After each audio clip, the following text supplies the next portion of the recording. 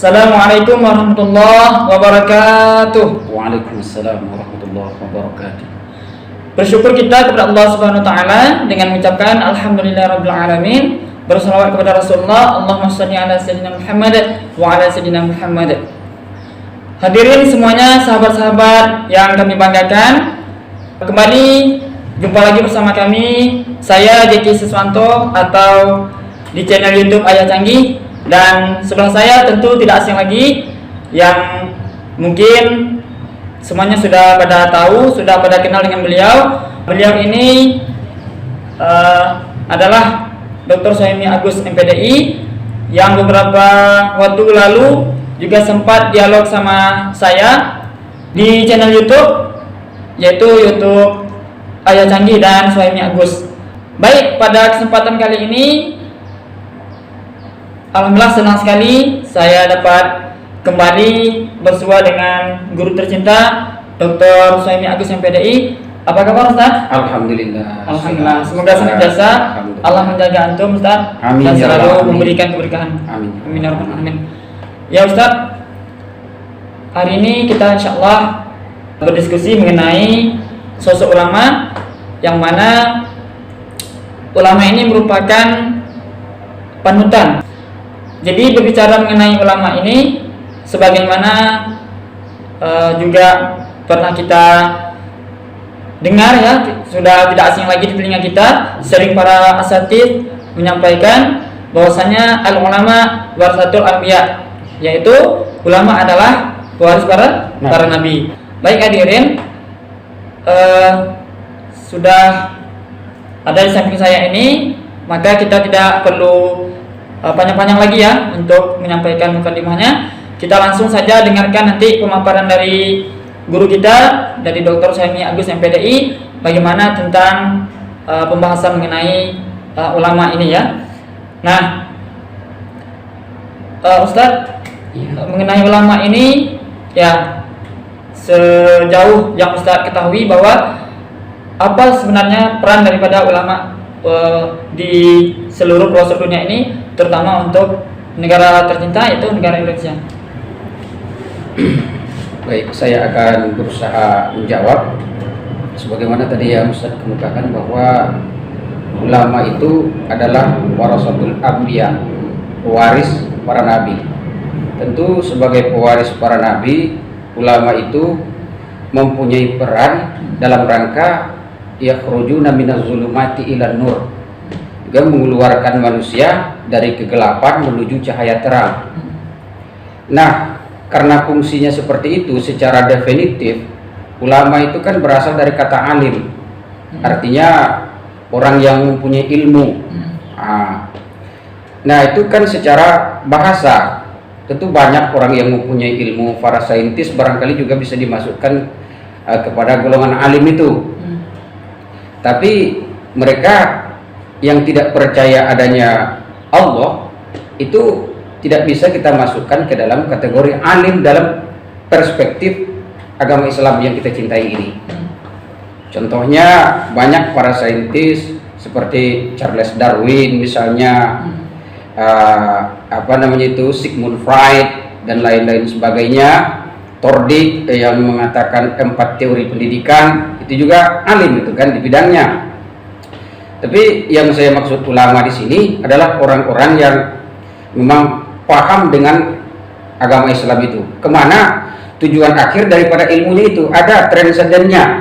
Maksudnya begini, seperti orang sekarang kan yang tahunya kan penemu pesawat terbang itu kan Wilbur Urey and Orville Urey, padahal bukan itu. Jauh sebelumnya Islam sudah menemukan konsep pesawat terbang. Siapa namanya? Ahmad bin Firnas. Sehingga di Spanyol itu dibuat patungnya untuk menghormati Ahmad bin Firnas ini oleh orang Spanyol. Nah, itu dalam teori ilmu pengetahuan. Nah, dalam teori kehidupan akhirat, Quran sendiri memberikan definisi ya, bahwa innama yakhshallahu min ibadihil ulama, yang pandai takut di antara hamba-hamba Allah itu kepada Allah ialah ulama. Jadi ada orang sain tapi dia tidak takut kepada Allah, tidak menyadari bahwa apa yang dia punya itu, apa yang dia miliki itu, wa ma utitum minal ilmi illa qalila, dan kamu tidak diberikan ilmu kecuali cuma sedikit sekali. Dia tidak, dengan ilmu pengetahuannya yang tinggi itu tidak menambah takutnya kepada Allah. Itu menurut saya bukan ulama, Ustaz. Jadi tugas daripada ulama itu membimbing umat menuju cahaya terang. Nah, itu kan dalam konteks global ya. Dalam konteks skala nasional, Negara Kesatuan Republik Indonesia. Indonesia ini merdeka. Saya sudah mengadakan penelitian, itu 90% itu akibat dari peranan ulama. Saya sudah meneliti pahlawan-pahlawan nasional itu mulai dari Sabang sampai Merauke, itu 90%. Coba tengok peranan ulama di daerah tempat kita yang dari Sabang misalnya. Saya pernah membaca bahwa di Aceh itu ada kubur Belanda berjumlah 2.200 prajurit yang mati di situ. Itu kan peran ulama dalam membangkitkan gairah semangat jihad dalam melawan penjajah. Nah, jadi kemerdekaan yang kita raih pada hari ini jangan sampai didustakan oleh generasi milenial ini. Bahkan mantan panglima kita, Pak Jenderal Purnawirawan Gatot Nurmantio, bahwa Pancasila itu merupakan hadiah terindah dari umat Islam untuk bangsa Indonesia. Ini hadiah yang paling terindah ketika umat Islam merumuskan Piagam Jakarta, negara berdasarkan atas ketuhanan yang Maha Esa dan kewajiban menjalankan syariat Islam bagi pemeluknya. Lalu ada orang dari timur protes kepada Bung Hatta, cuma satu dia yang ada di situ, Amar Ramis. Lalu karena lapang hatinya Bung Hatta ini, dihapuslah 7 kata dari pembukaan Undang-Undang Dasar itu tadi. Jadi artinya tidak semua juga bisa dikategorikan ulama ya Ustaz ya. Artinya sebagaimana yang Ustaz sampaikan tadi, salah satu cirinya atau salah satu tandanya itu ya adalah memiliki ilmu ya, ilmu pengetahuan. Jadi dengan ilmunya itu bisa mendatangkan kebaikan, bisa memberikan kemaslahatan untuk umat gitu. Baik Ustaz. Jadi secara teori Ustaz, ulama ini sebenarnya ada beberapa macam Ustaz? Kalau teori garis besarnya ada 2 Ustaz. Ada ulama warasatul anbiya, ada ulama su. Kalau menurut saya tambah satu lagi, ada ulama diam. Apa itu ulama su? Yaitu ulama yang suka menjilat kepada penguasa yang zalim. Itu termasuk kategori ulama su, yang mereka itu hanya mementingkan kehidupan dunianya, ketenangan nafsunya dengan menjual ayat-ayat Allah. Itu mesti kita takuti. Nah, Imam Syafi'i sendiri menyatakan, kalau kamu ingin mencari ulama yang warasatul anbiya, ulama yang lurus, carilah ulama-ulama yang dibenci oleh orang-orang kafir dan orang-orang munafik. Itu tentu ulama warasatul anbiya, ya kan? Yang ketiga menurut saya, ini menurut perspektif saya ya, ketiga ulama diam. Nah, ulama yang ketika kemunkaran itu berlaku, dia diam saja. Mungkin karena dia takut terhadap para penguasa. Padahal kan konsep Islam sudah ada, man ra'a minkum munkaran falyughayyiru biyadi, fa in lam yastati' fa bi lisanihi, wa in lam yastati' fa bi qalbihi, fadzalika adhaful iman. Apabila salah seorang kamu melihat suatu kemunkaran ya, maka hendaklah ia robah dengan kekuasaannya, tangannya. Tentu itu para pemerintah, para pemimpin. Maka wajar Nabi Musa mengatakan dalam kitab Midrajus Su'ud, kullu sultanin la ya'dilu bi sultanihi fa huwa fir'aun sawa. Setiap pemimpin yang tidak adil kepada rakyatnya, yang suka menindas rakyatnya, maka pemimpin itu disamakan titelnya dengan Fir'aun. Nah, tentu kalau ulama mengikut Fir'aun, berarti itu ulama-ulama yang jelas iblis. Nabi Musa sendiri menyatakan, kullu alimin la yanfa'u bi ilmihi fa huwa iblisun sawa. Setiap orang alim yang tidak bermanfaat ilmunya untuk mendekatkan orang ke jalan Allah, dia itu sama dengan iblis. Nah, jadi man sakata 'anil munkar fa huwa syaitanul akhras. Kalau kita diam dari kemunkaran, itu sama kita menjadi setan bisu. Jadi menurut saya ada ulama lurus, warasatul anbiya, ada ulama su yang menjilat kepada pemerintah yang di dalamnya orang-orang kafir dan orang-orang munafik, dan yang ketiga ulama diam. Dan yang paling bagus itu kan satu itu kan, walaupun dia tidak selamat kadang di dunia, ulama apa itulah warasatul anbiya, itulah yang mesti kita ikuti. Ya, Tapi Ustadz tidak sebagus atau sebaik yang kita pikirkan atau kita bayangkan. Bahwasanya pada kenyataannya yang ulama warasatul anbiya ini, ya kan tadi 3 warasatul anbiya, kemudian ulama su dan ulama diam, ya kan. Pada kenyataannya di kehidupan kita itu bahwasanya ulama warasatul anbiya ini kadang sering apa Ustaz, dicemooh, ya kan, dijelek-jelekkan, kemudian dikriminalisasi gitu Ustaz. Itu kadang di akhir zaman ini sering terjadi seperti itu. Ini kira-kira apa sebenarnya akar daripada sebab terjadinya kriminalisasi terhadap ulama tersebut? Terima kasih. Kriminalisasi terhadap ulama ini, ini bukan merupakan millennial brand ya. Ini sudah merupakan perennial brand. Artinya apa? Sejak dari zaman jadul, zaman dahulu sampai dengan zaman akan datang kiamat ini banyak terjadi penekanan terhadap ulama. Misalnya seperti Imam Syafi'i dirantai dari Yaman sampai ke tempat kediaman Khalifah Harun ar-Rasyid karena dia dituduh sebagai orang yang membenci khalifah. Bahkan ada yang lebih sadis lagi, Sa'id bin Jubir. Itu Sa'id bin Jubir itu Ustaz, itu dipanjung kepalanya oleh Hajjaj bin Yusuf As-Saqafi. Nah, beliau itu karena mempertahankan kebenaran. Itulah konsekuensi daripada ulama itu. Bahkan baru-baru ini, saya tidak mau menyebutkan siapa jenderalnya ya, itu di Mesir ketika dia memberangus gerakan Ikhwanul Muslimin. Nah, diberangusnya gerakan Ikhwanul Muslimin ini dengan bengisnya, kemudian tawanan itu dijadikannya seperti hewan. Apa katanya? Begini, hei kalian Ikhwanul Muslimin, kalian saya hukum dengan seberat-beratnya. Kalian minta tolonglah kepada Allah kalian itu. Saya tak mau menyebut nama siapa jenderalnya, nanti jadi fitnah.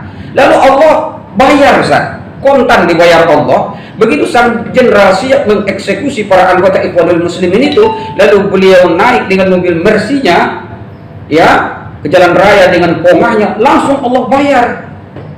Lalu mobilnya yang mewah tadi diadu Allah dengan truk yang memuat besi beton itu. Lalu apa yang terjadi?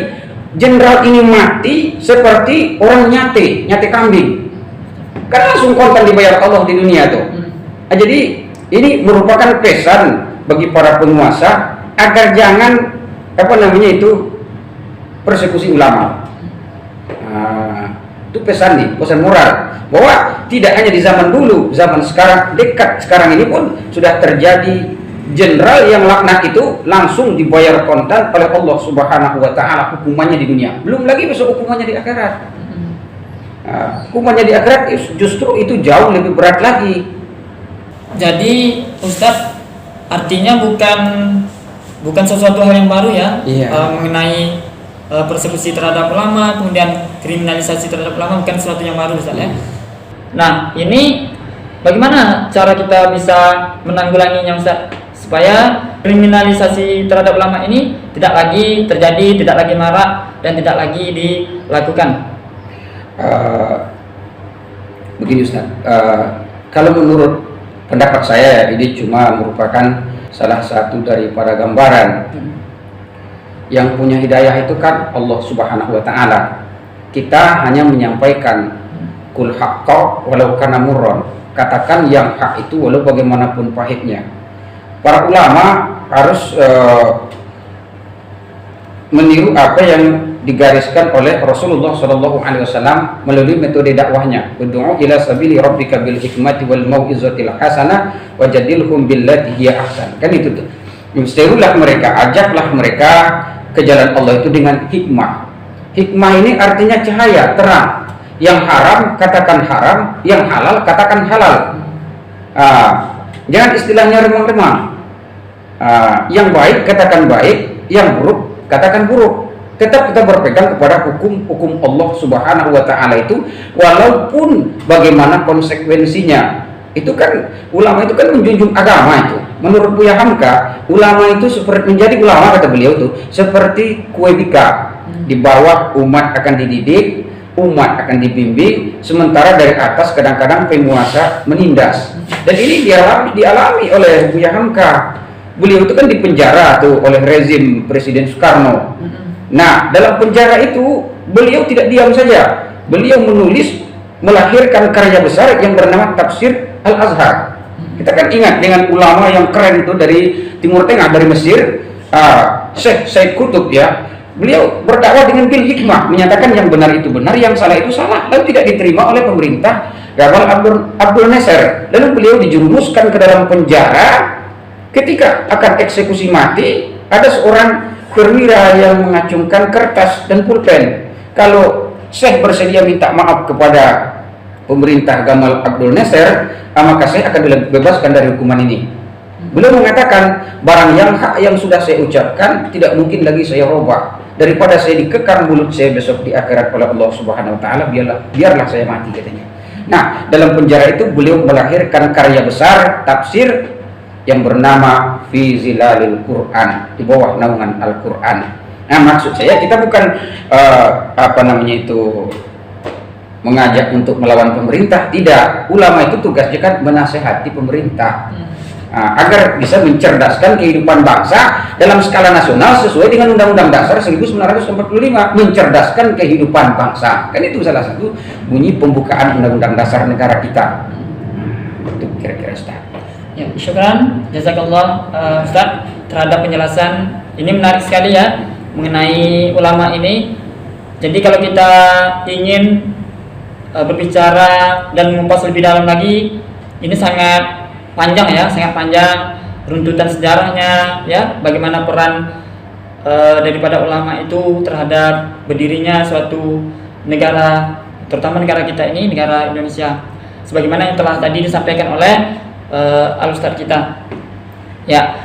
Jadi untuk semua yang mendengarkan, ketika kita tidak tahu, kita tidak jelas informasinya ya, terhadap informasi yang kita terima itu lebih cenderung mengarah ke hal-hal yang negatif, yang sering menjerumuskan ulama, terus sering mengkreditkan ulama ya kan, tidak lagi menyanjung-nyanjungkan ulama. Nah, ini mesti kita filter, kita saring, jangan sampai hal-hal yang begitu kita telan mentah-mentah tanpa kita melakukan verifikasi terhadap hal-hal tersebut. Itu sangat penting. Tentang masalah penghormatan kita terhadap ulama ini menurut saya sangat penting. Karena Nabi sendiri pun menjelaskan man akrim ulama faqad akramani wa man akramani faqad akramallah. Siapa yang memuliakan ulama berarti memuliakan aku, kata Nabi. Siapa yang memuliakan aku berarti memuliakan Allah. Nah, jadi begini, makul mukhallafahnya menurut ilmu mantik atau kontradiktifnya menurut Indonesia, siapa orang yang menghina ulama berarti menghina Rasulullah. Siapa orang yang menghina Rasulullah berarti jelas dia menghina Allah Subhanahu wa taala. Dan inilah penyakit akhir zaman. Fa idza kana akhiruz zaman yafirruna minal ulama wal fuqaha. Apabila datang akhir zaman, mereka lari dari ulama dan fuqaha. Sayabtaliyahumullahu taala bisalasatin baliyatin, maka Allah memberikan 3 macam bencana kepada mereka itu. Yang pertama, yarfa'u barakatan min kasbihim. Allah buang keberkahan dari usahanya. Berkah usaha itu tak ada, artinya usaha dia Allah tak ridho. Kekayaan, pangkat, jabatan menjauhkan dia dari Allah, berarti itu adalah musibah. Yang kedua, ya jelas yusallituhumullahu ta'ala alaihim sultanan zalim. Allah berikan kepada mereka pemimpin-pemimpin yang zalim. Kalau lari dari ulama, ya. Kita kan sudah lama dijajah oleh pemimpin zalim seperti Belanda kan, bertorikan 3,5 abad, kemudian dijajah lagi oleh bangsa yang pendek oleh Jepang 3,5 tahun. Ini merupakan pelajaran yang sangat berharga bagi kita. Experience is the best teacher. Pengalaman itu merupakan guru yang sangat berharga. Yang ketiga, bahaya ini sangat paling besar, Ustaz, rupanya. Yakhrujuna minad dunya bighairil iman, akan keluar nyawanya dari dunia tanpa membawa iman. Apalagi kalau sudah sampai membunuh, mengeksekusi ulama tanpa ada sebab-sebab yang mewajarkan. Nah, itu jelas Nabi sendiri mengatakan lebih baik dunia ini hilang daripada satu nyawa orang mukmin. Itulah hebatnya Nabi Shallallahu Alaihi Wasallam mengatakan. Jadi sangat fatal kalau kita sering menghina ulama, ya kan? Sering mengacukan ulama. Baik, hadirin semuanya, supaya kehidupan kita bisa selamat, bisa diridai oleh Allah SWT, bisa selalu dirahmati, diberkahi oleh Allah SWT, maka salah satu cara supaya semuanya itu bisa kita dapatkan adalah dengan kita selalu menjaga ulama, selalu memuliakan guru-guru kita, selalu memuliakan para asatidz, kemudian para habaib, ya, tidak lagi mengacukan, menyepelekan, karena mereka sesungguhnya zuriat daripada Rasulullah SAW yang mesti kita sanjung, yang mesti kita dukung segala perjuangannya demi membangkitkan semangat, kemudian membangkitkan kebaikan-kebaikan di negeri kita tercinta ini. Dan mari sama-sama kita berdoa semoga negeri yang kita cinta ini semoga selalu mendatangkan keberkahan, mendapat baldatun thayyibatun rabbun ghafur. Amin ya rabbal alamin. Demikian dialog singkat yang dapat kami sampaikan di hadapan kita semua, semoga bisa bermanfaat, bisa pula kita ambil sisi-sisi kebaikannya. Demikian, terima kasih banyak atas